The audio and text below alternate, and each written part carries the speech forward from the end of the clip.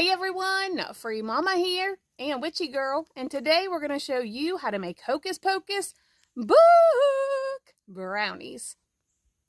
Okay, let's start off with our ingredients. First, you need 1 box of brownie mix plus all of the ingredients to make it per back of the box, a black gel writing pen, some chocolate sprinkles, and some candy eyes.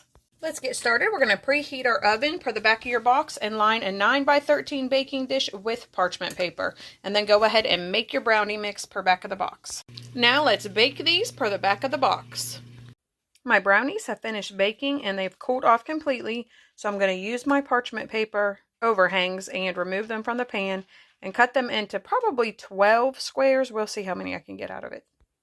Well, I ended up just cutting mine into 8 big brownies. As you can see, they're pretty large, but I thought it would be easier to decorate having them bigger. So now it's just fun. You can just use your sprinkles and your gel writing pen and add your eyeball to the little right over here and just try to make it look as best you can as the Hocus Pocus book. My Hocus Pocus book brownies are finished and they look so cute. I'm so happy with the way they turned out. The gel writing pen with the sprinkles just make it look like stitching to make it look old, just like the book in the movie.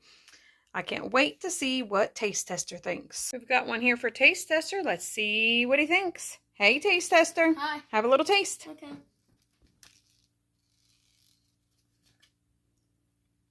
Dana from all, that's good. Do you like it? Yeah. All right, everyone. Come back and see us again. Don't forget to like and subscribe. Subscribe. Bye.